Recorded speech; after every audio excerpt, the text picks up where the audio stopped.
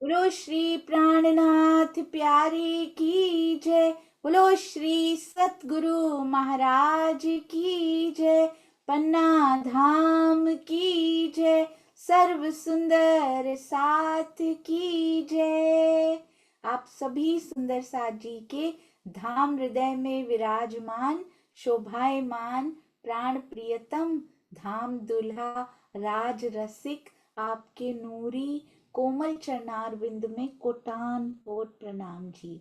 मीठा गुज मासूक का श्री सिंधी की अति सुंदर चर्चा प्यारे सतगुरु श्री राजन स्वामी जी द्वारा की गई, जिसको लिखित रूप दिया गया, उसका पार्ट 4 आज हम सभी मिलकर उनका मंथन करते हैं। इनको खोजना कैसे है, आइए सुंदर साथ जी इनको खोज लेते हैं। अति प्यारी चर्चा को कैसे खोजते हैं मैं अभी आपको 1 मिनट में बताती हूँ, ताकि आप और चर्चाएं आ चुकी हैं ई मंथन लेखन में। तो सबसे पहले जाएंगे हम गूगल पर।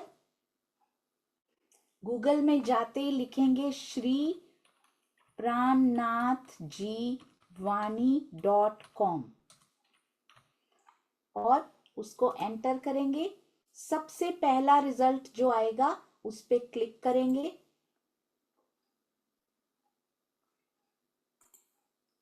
जी ये दिखाई नहीं दे रहा था वहां पे, 1 मिनट रुकिएगा। तो ये पेज हमारे सामने वेबसाइट खुलकर सामने आ जाएगी, जहां पे श्री प्राणनाथ ज्ञानपीठ के 19वें वार्षिकोत्सव का इनविटेशन आपको मिलेगा। आप वेबसाइट पूरी स्क्रॉल करके बहुत सारी चीजें इसमें ले सकते हैं, पर अभी हम ई मंथन की ओर जा रहे हैं। तो सबसे ऊपर साहित्य में आपको साहित्य पे क्लिक करते ही ई मंथन लेखन मिलेगा। उस पे क्लिक करके आपको सारे लेख अब तक जितने हम कर चुके हैं, ये हमारी प्यारे सेवा भावी सुंदर साथ के दर्शन करते हुए और साथ ही साथ हमारे प्यारे सतगुरु के दर्शन करते हुए आगे चलेंगे। ई मंथन लेख सूची, ये 2 लेख हम अभी तक कर चुके हैं और अभी हम तीसरी चर्चा के लेख की ओर बढ़ रहे हैं। उसके बाद हम चौथी पे जाएंगे। इस पे क्लिक करेंगे और हम यहाँ पे पहुंच जाएंगे। ये मैंने पहले से खोज के रखा है कि हम कहाँ पे हैं, तो आइए वहां से शुरू करते हैं। इसमें जैसे ही आप नीचे जाएंगे आप पूरी चर्चा को पढ़ सकते हैं और इसको प्रेम देना मत भूलिए। अभी ये सुनने का भी प्रबंध बहुत जल्दी कर दिया जाएगा। आई होप शायद हो ही ना चुका हो। जी जी भैया प्रणाम जी, आप शुरू कर सकते हैं। अनम्यूट कर लीजिए भैया। हाँ जी। प्रणाम सुंदर साथ जी, आप सभी के चरणों में सादर प्रेम प्रणाम दीदी। ई मंथन श्रृंखला में मीठा गुज मासूक जो शेष भाग रह गया है, आइए सुंदर साथ जी उसका पठन करते हैं। प्रेम नाम दुनिया मिने ब्रह्म सृष्टि ल्याहित, ए प्रेमिनो जाहिर किया ना तो प्रेम दुनि में केत।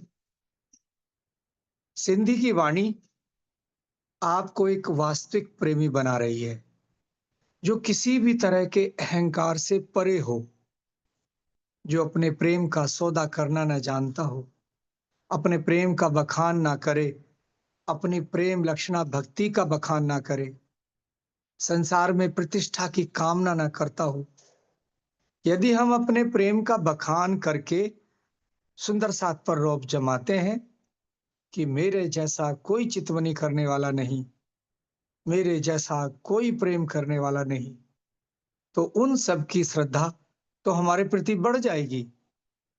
इसलिए अपने प्रेम को छिपाइए, लेकिन यह कहने का मतलब नहीं कि किसी को आप रास्ता भी न बताइए। आप यह कहिए, आप हमेशा प्रथम पुरुष में कहिए। प्रथम पुरुष समझते हैं, जिसको थर्ड पर्सन कहा जाता है। आप यह कहिए कि ऐसा करने से ऐसा होता है। आप यह मत कहिए कि ऐसा मैं करता हूं और मुझे प्रतिदिन दर्शन होता है। आप यह कहिए कि आप इस तरह से चितवनी करेंगे तो आपको राज्य का अवश्य दर्शन होगा। आप ऐसा मत कह दीजिए कि मुझे दर्शन होता है। यदि आपसे बार बार पूछा जाए कि क्या आपने दर्शन किया है। एक बार वडोदरा के कार्यक्रम में आम जनता के लिए कार्यक्रम लगा था। मुझे नहीं मालूम वडोदरा हो या सूरत, एक प्रश्नकर्ता का प्रश्न था, क्या आपने परमधाम को देखा है? प्रश्न बहुत सटीक है, लेकिन आपको कभी यह अधिकार नहीं है कहने का कि हाँ, परमात्मा को मैंने प्रत्यक्ष देखा है। रामकृष्ण परमहंस ने कह दिया था विवेकानंद से। विवेकानंद, जिनका बचपन का नाम नरेंद्र था, बहुत चंचल थे। एक बार शायद गोविंद रानाडे थे या उधर बंगाल के कोई दूसरे संत थे, ब्रह्म समाज के। गंगा की धारा के बीच में उन्होंने कुटिया बना रखी थी। आंखें बंद करके ध्यान लगाते थे, समाधि लगाते थे। नरेंद्र इतने नटखट थे, नदी पार करके पहुंच गए। उनके शरीर को पकड़ के हिलाने लगे। ध्यान टूटा। पूछते हैं, आंखें बंद करके क्या कर रहे थे? क्या तुमने परमात्मा को देखा है?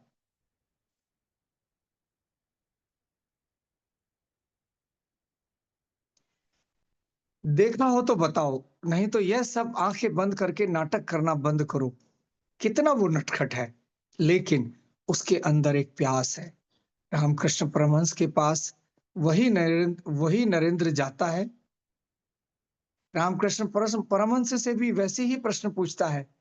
परमहंस परमहंस जी, क्या आपने परमात्मा को देखा है? कहा कि हाँ, मैंने देखा है। क्या बातें करते हो?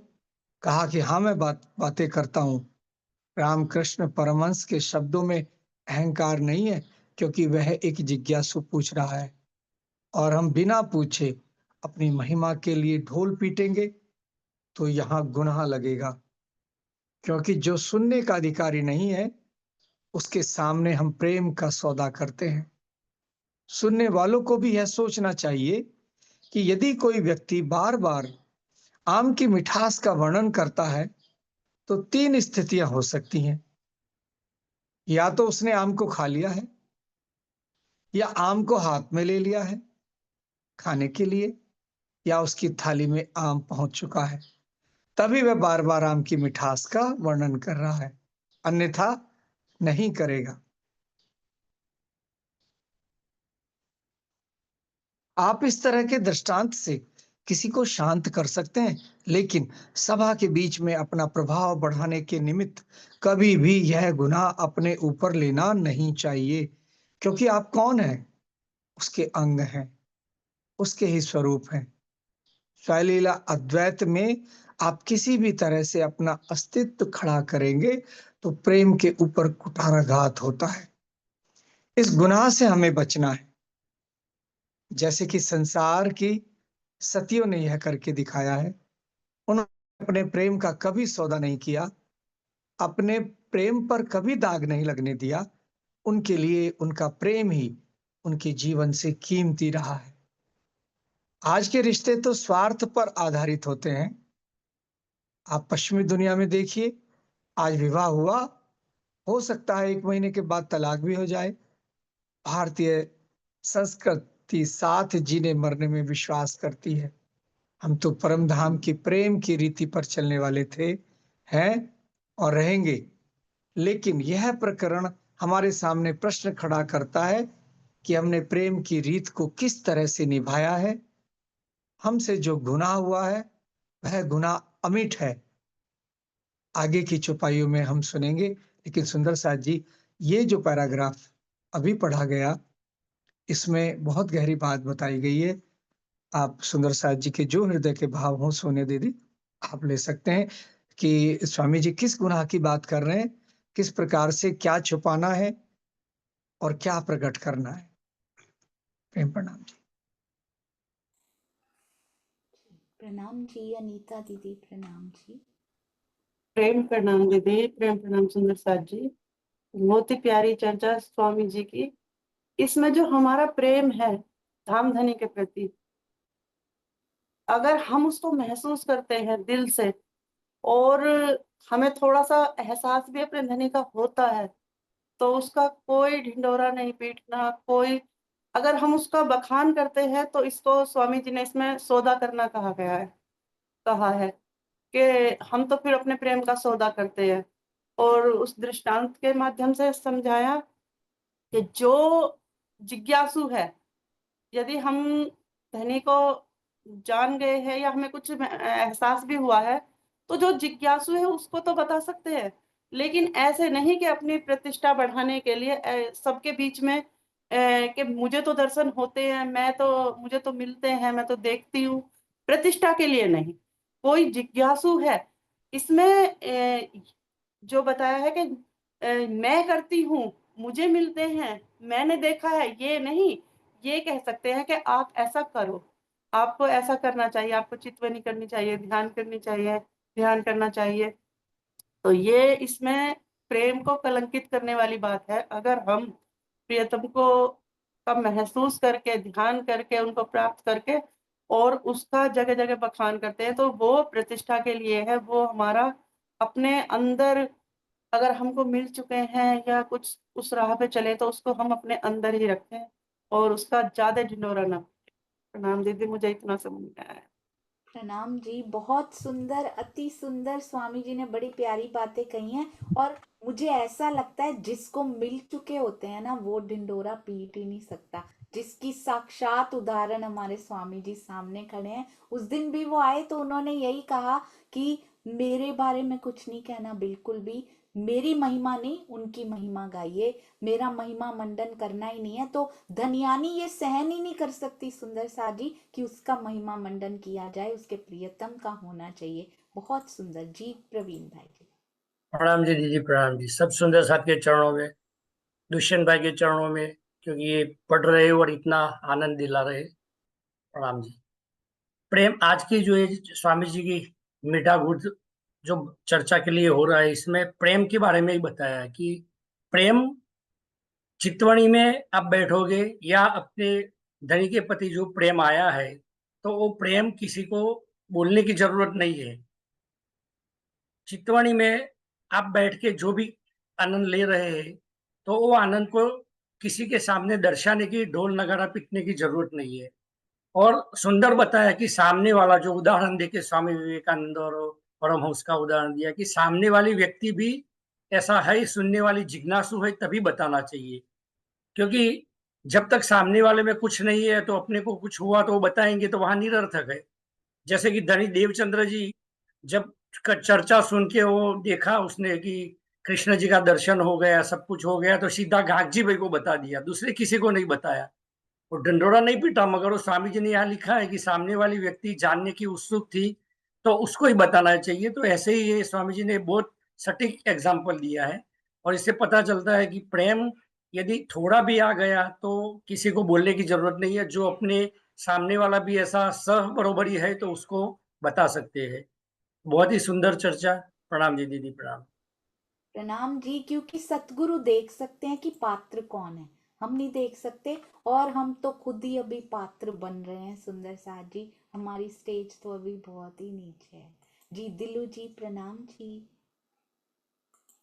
प्रणाम जी। सखी जी के श्री चरणों में, सभी सुंदर साथ जी के श्री चरणों में प्रणाम जी। मैं तो चकित हो गई कि आज का सब्जेक्ट ये है कि ये मंथन में मीठा गुज मासुक का। तो मैं कल से ही मतलब ये गायन करती रहती हूँ मैं। और कल से ये आशिक का ये दिन को आ रहा था दिल में, मतलब दिल में मंथन चल रहा था। तो अभी वही चौपाई सखी जी सब सुंदर साथ जी मंथन भी कर रहे हैं। तो ये अपने प्रेम राज्य से, अपने प्रियतम से, अपने धनी से जो होता है वो उसको जाहिर नहीं करने के लिए बोला गया है। और वो धनी अपने धनियानी अपने धनी के ही गुण गाती है कि मुझे ऐसा हुआ वैसा हुआ। ऐसा कभी नहीं कहते, स्वामी जी बार बार कहते हैं। तो यहाँ पे एक चौपाई है, मैं आप सबके साथ शेयर करने जा रही हूँ। गुज सुख लेबे हक की, रहबे सोहवत मोविन। अपना गुज मासुक का अपना गुज, वो गुज जो प्रेम है, जो इश्क है, वो कबहू कहे न आगे किन, किसी से नहीं बोलते। और भी है ये चौपाई, प्यारा जिनको मासुका तिनके प्यारे लग वचन। जिसको मासूक प्यारे होते हैं उनका उनका वचन को धनी प्यारा, तो धनी के वचन और प्यारा बोलते हैं ना। तो चौपाई में कह रहे हैं, प्यारा जिनके माशुक तिनके प्यारे लगे वचन, सो कबहु न कहवे और को। फिर से, सो कबहु न कहवे और को, माशुक प्यारा जिनको अपनी प्रियतम प्यारा लगते, प्यार हो जाता है उनसे, इश्क हो जाता है, तो किसी के बोलने की अवस्था में ही नहीं होती। सुंदर शाह जी ऐसी वाणी हमें झकझोर रही है। और भी एक चौपाई है, आशिक गूंज माशुक का, सो लेवत है रोए रोए। यहाँ संसार में तो प्रेम हो जाता है तो उछलते हैं, मचलते हैं, कूदते हैं, दौड़ते हैं ना, मतलब एक चंचलता आती है। लेकिन प्रियतम से, अपने धनी से जब प्रेम होता है, तब क्या होती है, सो लेवत है रोए रोए। कैसे लेती है वो अपना प्रेम? एकांत में बैठ के, बंद कमरे में बैठ के, वो तो अपना आंसू निकाल निकाल के, है ना, एक बिरह टाइप के प्रेम होता है धनी से, कि दुनिया का प्रेम और धनी का प्रेम में ये मुझे डिफरेंट, मतलब अलग डिफ्रेंशिएट मुझे ये लगा। ऐसी उल्टी अकल आशिक की, सुख कहे और कुसो है ना। वो बताती तो है, अंत में जाके बोल रहे हैं धनी कि बताती तो है, लेकिन अलग तरीके से बताती, मुझे ऐसा हुआ धनी, ऐसे मिले, इस तरह से नहीं। वो एकदम अक्ल से बताती है ताकि उनको भी सुख मिले, उनको भी जुगत मिले, वो जुगत बताती है। तो प्रेम का वो सुनी, वो सखी, आगे वाली सखी ने बोला है कि प्रेम का ढिंढोरा वो बिल्कुल नहीं करती, हाँ, लेकिन बताती है, लेकिन तरीके से, मतलब जुगत से, एक टेक्निक से बताती है। तो ऐसा ही दिल में आ रहा था, आज सुंदर साथ वो ही मंथन कर रहे। हाय राजी, प्रणाम जी। प्रणाम जी। अगर गायन का मंथन भी चल रहा था तो आप एक चौपाई गा भी सकते हैं, बहुत जी सुंदर। जी, मुझे ये बहुत प्रिय है ये गायन। आशिक कहिए तिनको, जो हक पर होई कुर्बान, शोभाते मासूक के, सुख गुजरे बिसुभान। आशिक कहिए तिनको, जो हक पर होई कुर्बान, जो पड़े कसाला कोटक, पर कहे ना किनको दुख, पर कहे ना किनको दुख, किसी सो ना बोले ही, किसी सो ना बोले ही, छिपावे हक की सुख। आशिक कहिए तिनको, जो हक पर होई कुर्बान।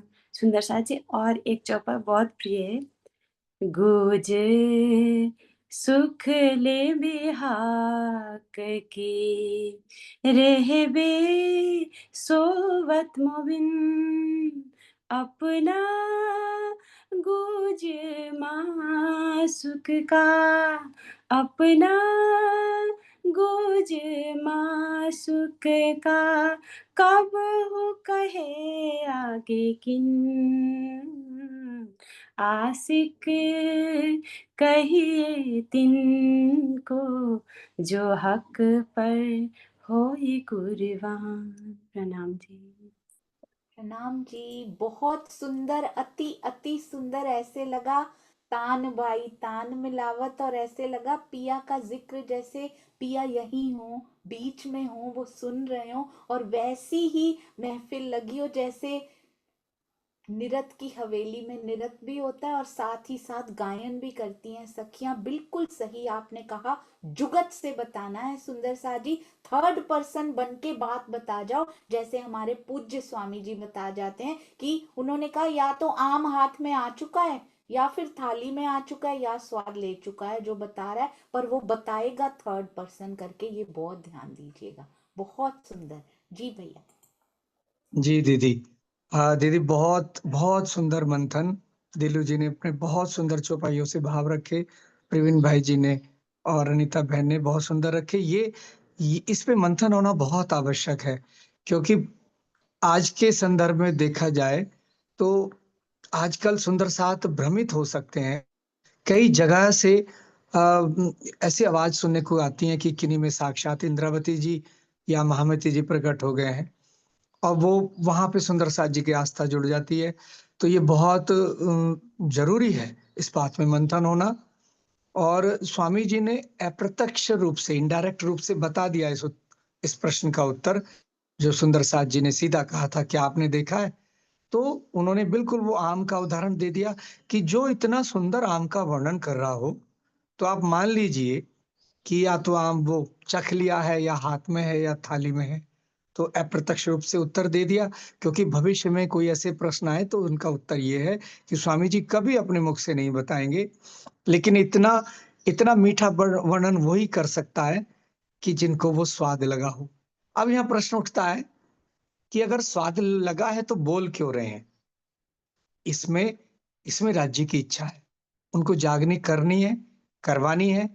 किस तन से करानी है? क्योंकि एक चौपाई आती है कि हक कछु इनविद सर पे खड़े, देखे ना हक तरफ, जब स्वाद लगे महबूब का तो निकसे ना एक हरफ। तो वास्तव में ऐसी स्थिति होती होती होगी, लेकिन स्वामी जी प्रवचन इसलिए कर रहे हैं क्योंकि वो राज्य को कराना है। लालदास जी भी श्री जी के साथ जब अंत उन्होंने लीला अंतर्ध्यान की, वो जाना चाहते थे तन छोड़ के, जैसे बाकी सुंदर साथ गए, लेकिन लालदास जी को अनुमति नहीं थी। क्यों? क्योंकि उनसे सेवा लेनी थी, उनको शोभा देनी थी तक की, और केशव दास जी से लेनी थी। उनको भी साथ ले जा सकते थे लेकिन नहीं गए। तो ये राज्य की इच्छा है। और एक जगह और भी कहीं आया है, कई जगह वाणी में आया है कि जिन पाया तिन माहे समाया, राखत जोर छुपाई। जिनको मिल जाते हैं ना, वो जोर से छुपा के रखते हैं, मुख से वर्णन नहीं करते कि मुझे दीदार हो गए या झलक मिल गई या उनका इश्क मिल गया, प्रेम मिल गया। तो ये मोमिनों की अंगनाओं की खास पहचान है कि जो भी कहे कि मुझे मिला या मैंने दर्शन किया, तो समझिए वहां पे सावधान होने की जरूरत है, कहीं हम भटक ना जाए। तो इतना सुंदर मंथन, ये बहुत आवश्यक था इस विषय पे मंथन करना। जी दीदी आगे चलते हैं।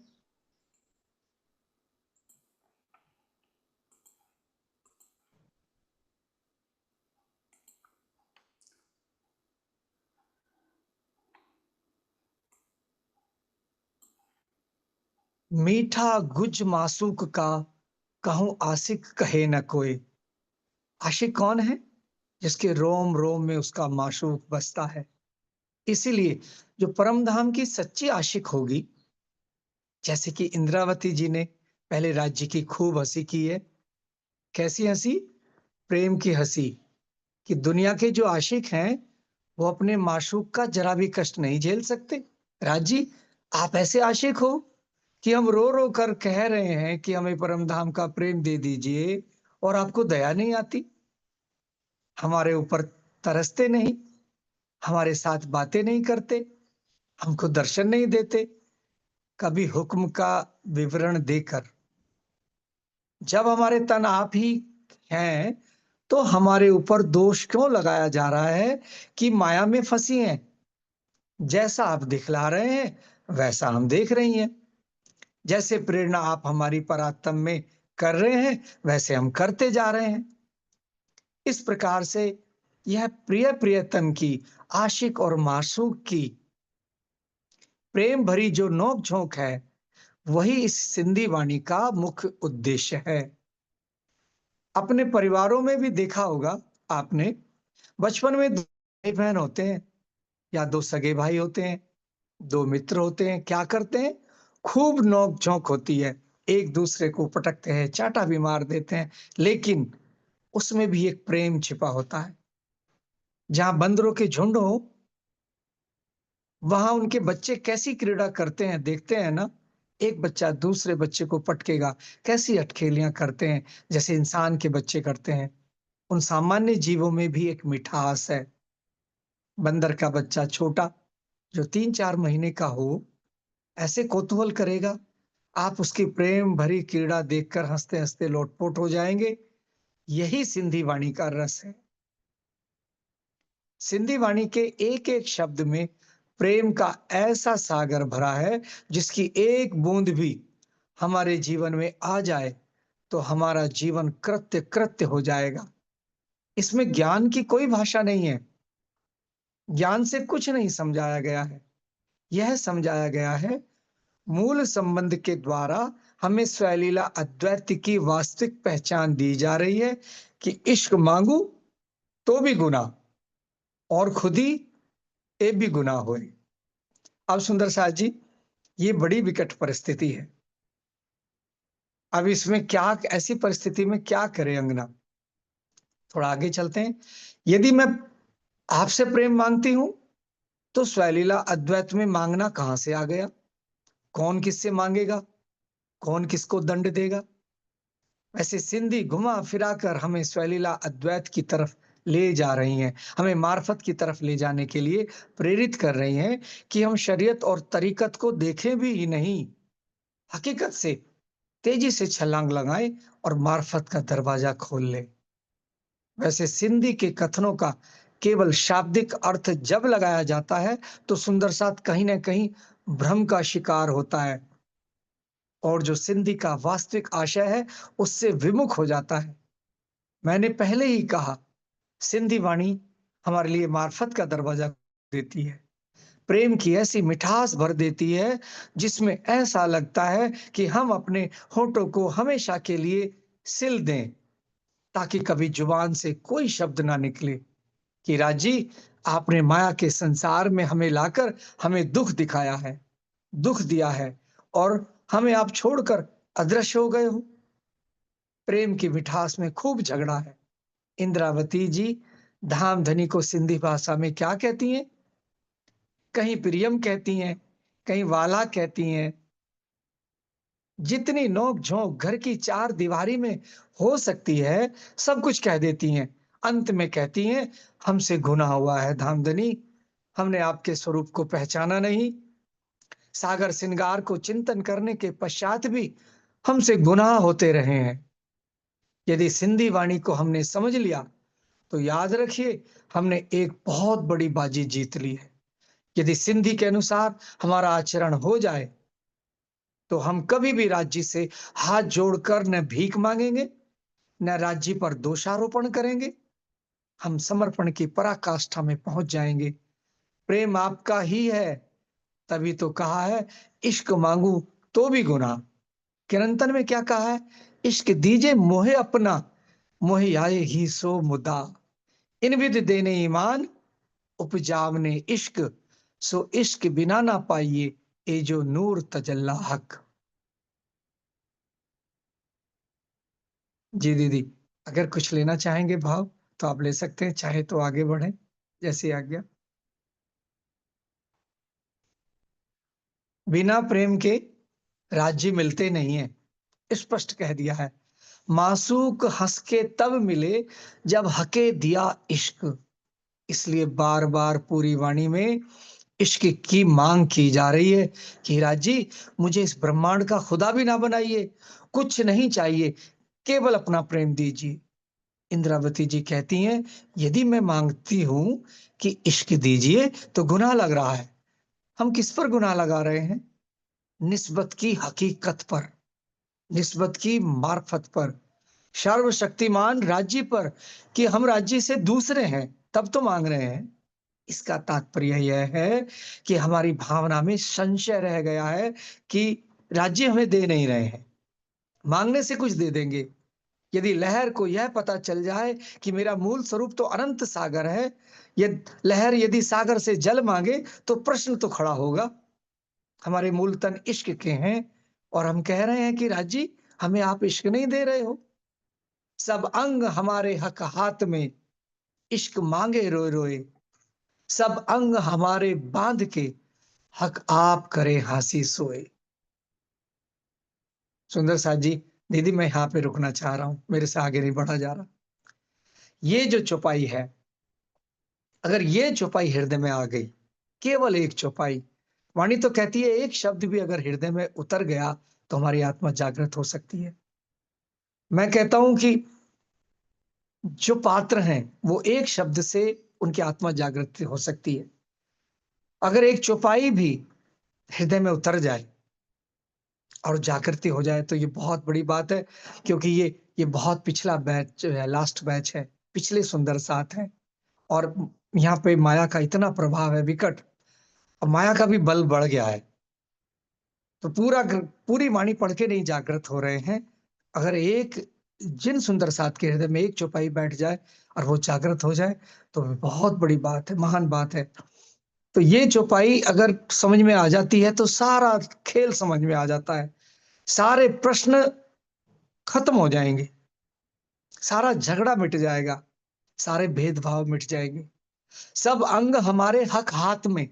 अंग का मतलब होता है हृदय, ये भी होता है, ये बाह्य अर्थ है, हाथ पैर आंख नाक जिह्वा, ये हमारी ज्ञानेंद्रिय। लेकिन यहाँ अर्थ है हृदय से। हृदय में अंतस्करण, हमारा मन, हमारा चित्त, हमारी बुद्धि, हमारा अहम, सब अंग हमारे हक हाथ में, ये राज्य के हाथ में है। और इश्क मांगे रोए रोए, हम इश्क मांगते हैं, राज्य हमें अपना इश्क दे दीजिए, अपना अपने दीदार दीजिए, अपना दिल दीजिए। प्रेम नहीं आ रहा, हम दूर हैं, हम अलग हैं, आप अलग हो, तभी मांगा जा रहा है। यही स्वामी जी अपनी चर्चा में कह रहे हैं। सब अंग हमारे हक हाथ में, इश्क मांगे रोए रोए। सब अंग हमारे लेके, हक ऊपर हंसी करे सोए। हमारे जो है ना ये अंतस्करण, ये सारा राज्य के अधीन है, और हम यहाँ पर कठपुतली की तरह ये अंगों का व्यवहार कर रहे हैं, जैसा जैसा वो चाह रहे हैं वैसा वैसा कर रहे हैं। यदि राज्य ही करवा रहे हैं तो हम किसी दूसरे व्यक्ति को जो जो भी शोभा मिली है, जो भी उसका रोल मिला है, उसको दोष क्यों दे रहे हैं? हम तब तक दे रहे हैं जब तक ये चौपाई नहीं समझी। अगर ये चौपाई हृदय में आ जाती है तो हम उसी दिन से किसी को भी दोष देना बंद कर देंगे। इस चौपाई ने अब जूम में आके मेरी दृष्टि बदली है, क्योंकि ये चौपाई तो मैं पहले भी पढ़ता था, और भी कई चौपाई हैं जो ये बिल्कुल साबित करती हैं ये खेल है, ये राज्य ने बनाया है, ये राज्य के हुक्म से हो रहा है। लेकिन हम ये चौपाई भूल के कि ये खेल है, ये राज्य ने बनाया है, हमारे अंग हमारे हृदय के सारे उनके अधीन है, ये सब पढ़ते हैं लेकिन मानते नहीं है। लेकिन जब इस जूम के प्रेम मंदिर में आया, तब प्रेम का महत्व कुछ कान में रस गया, तब ये चौपाई समझने में आई, और तब जिनसे मेरा विरोधाभास था बौद्धिक स्तर पर सारा चला गया। तो ये इसी बात को, ये इस चर्चा में स्वामी जी ने ये चौपाई ली है, और ये बार-बार कह रहे हैं कि आप उनसे पृथक नहीं हो। हम सारे अपना रोल निभा रहे हैं, सब अपने पात्र निभा रहे हैं, तो क्यों एक दूसरे को दोष देते हैं? बिहारी जी का जीव चुना गया क्योंकि बिहारी जी का वो उस तरह से यहाँ पे लीला में खेल कराना था, जिससे जिससे महामती जी और प्रकाशित हों, और प्रकाशित हों। एक छोटी रेखा बनानी थी जिससे कि इंद्रावती जी की वो रेखा और बड़ी दिखाई दे। साकुमार का जीव ऐसा चुना क्योंकि बहुत निर्दयी, क्रूर, कठोर, उनसे ऐसा कराया। उधर शाकुंतल का चुना क्योंकि शाकुंतल कितने महान, इधर देखो शाकुमार कैसी। तो ये सब जब जब राज्य ने चुना सकुमार का जीव, शाकुंतल का जीव, तो हमारे जो सद्गुरु हैं सबके अलग-अलग, अलग-अलग जो पीठ के हमारे महाराज हैं, महंत हैं, स्वामी, जो भी कहिए सब अपने, जिनको अलग-अलग शोभा दी गई है, तो इनको क्या राज्य ने नहीं चुना? हम इनमें दोष दृष्टि निकालते हैं, खेल का हिस्सा बनते हैं। इनकी आलोचना करते हैं, खेल का हिस्सा बनते हैं, खेल के दृष्टा नहीं बनते। जी, माफ़ी चाहता हूँ, मैं रोक नहीं पाया इस चौपाई को, मैंने ज़्यादा समय ले लिया सुंदर साथ जी, मैंने आपका भी समय ले लिया। ये बहुत बकता रहती है जीभ मेरी, मुझे क्षमा कीजिए, और सुंदर साथ जी से भाव ले लीजिए। प्रेम प्रणाम जी। प्रणाम, मैंने ज़्यादा समय ले लिया। प्रणाम जी। प्रणाम जी, आपने बिल्कुल सही कहा भैया।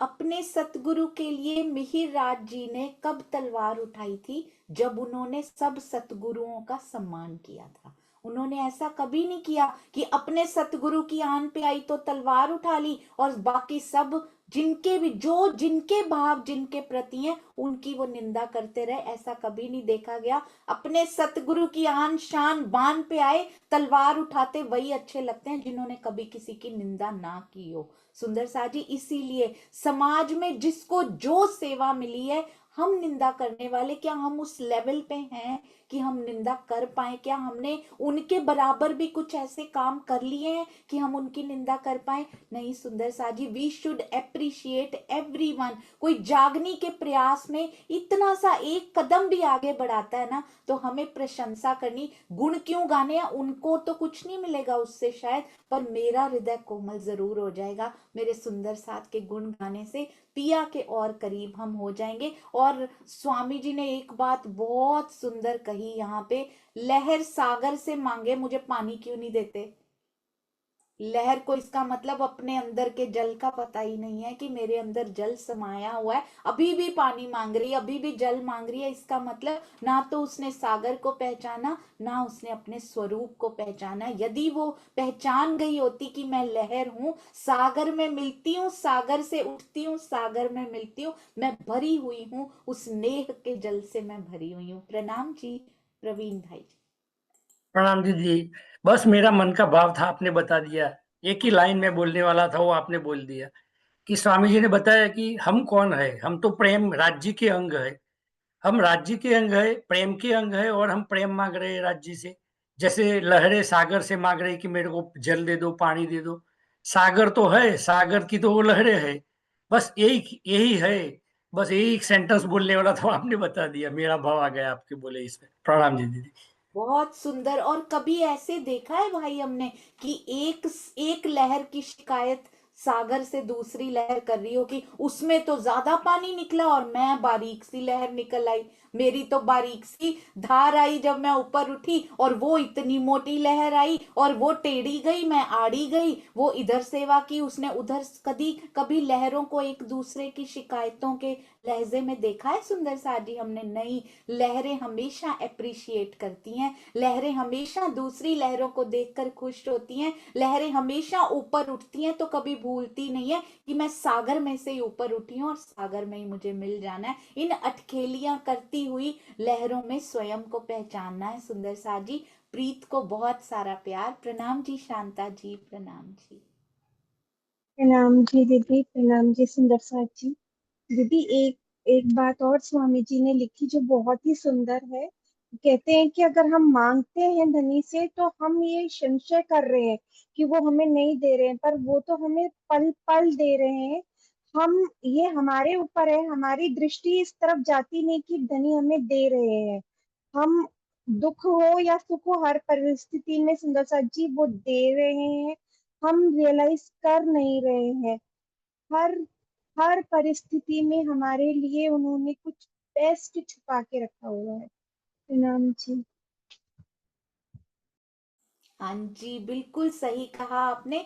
हम संशय करते हैं क्योंकि हम पहचान नहीं पाते कि वो तो देता जा रहा है, हम पात्र बन के ले नहीं पा रहे हैं। और इश्क मांगू तो भी गुनाह। और स्वामी जी ने बड़ी सुंदर बात कही, कहते सिंधी तक आते आते ये अवस्था आती है इंद्रावती जी की कि इश्क मांगना गुनाह हो जाता है। क्यों? क्योंकि वो खिलवत परिक्रमा सागर श्रृंगार से मारिफत की अवस्था प्राप्त करने के बाद सिंधी में पहुंची है।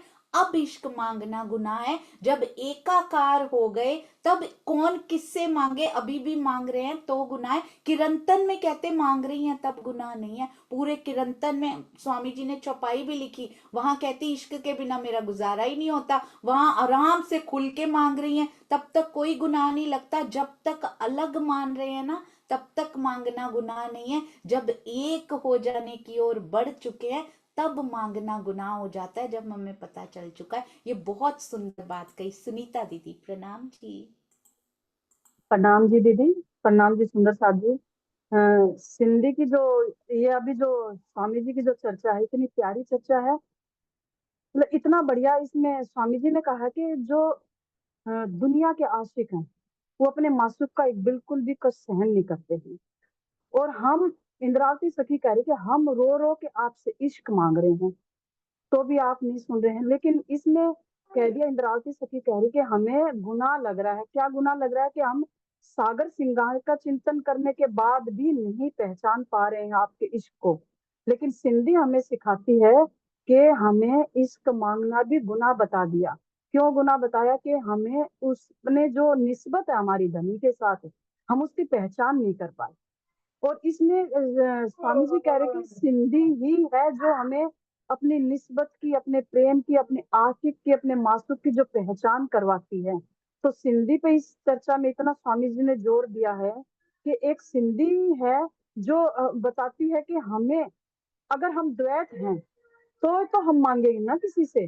तो हम, अगर हमारी निस्बत है, उनसे प्रेम है, उसी सागर की हम लहरें हैं, तो हमें मांगने की भी जरूरत नहीं है, धनी अपने आप ही देते हैं। लेकिन गुनाह कब लगता है? जब हमें पहचान नहीं है कि ये हमारे कौन है। अगर पहचान हो जाती है तो हमें मांगने की भी जरूरत नहीं पड़ेगी। तो इसमें स्वामी जी ने कहा कि हमें पहचान करनी कि हमें, हमारी धनी से निस्बत क्या है। अगर निस्बत है तो हमें मांगने की जरूरत भी नहीं पड़ेगी। अगर हम पहचान भी नहीं कर पाए और मांग रहे हैं तो ये बहुत बड़ा गुनाह हमारे ऊपर आएगा। प्रणाम जी दीदी। हाँ जी, प्रणाम जी। बहुत सुंदर, अति अति सुंदर। और यही प्रकरण हमारे सिंधी में अभी चल भी रहे हैं, जब वो सारे दोषारोपण पिया जी अपने ऊपर ले रहे हैं। सुंदर साथ जी, अति अति सुंदर। सच में मीठा गुज मासूक का ये सिंधी बहुत गहरी है। और पता है, अभी तक ज्ञान दृष्टि चल रही थी और सिंधी में आते क्या कहते हैं, अब यहाँ से ज्ञान नहीं, यहाँ से प्रेम शुरू हो जाता है। सिंधी प्रेम ही प्रेम में पगी हुई है। आइए सुंदर साथ जी, अब चलते हैं महाराज जी के भीतर। बोलो श्री प्राणनाथ प्यारे की जय। बोलो श्री सतगुरु महाराज की जय। पन्ना धाम की जय। सर्व सुंदर साथ की जय। प्रणाम जी सुंदर साथ जी, प्रणाम जी।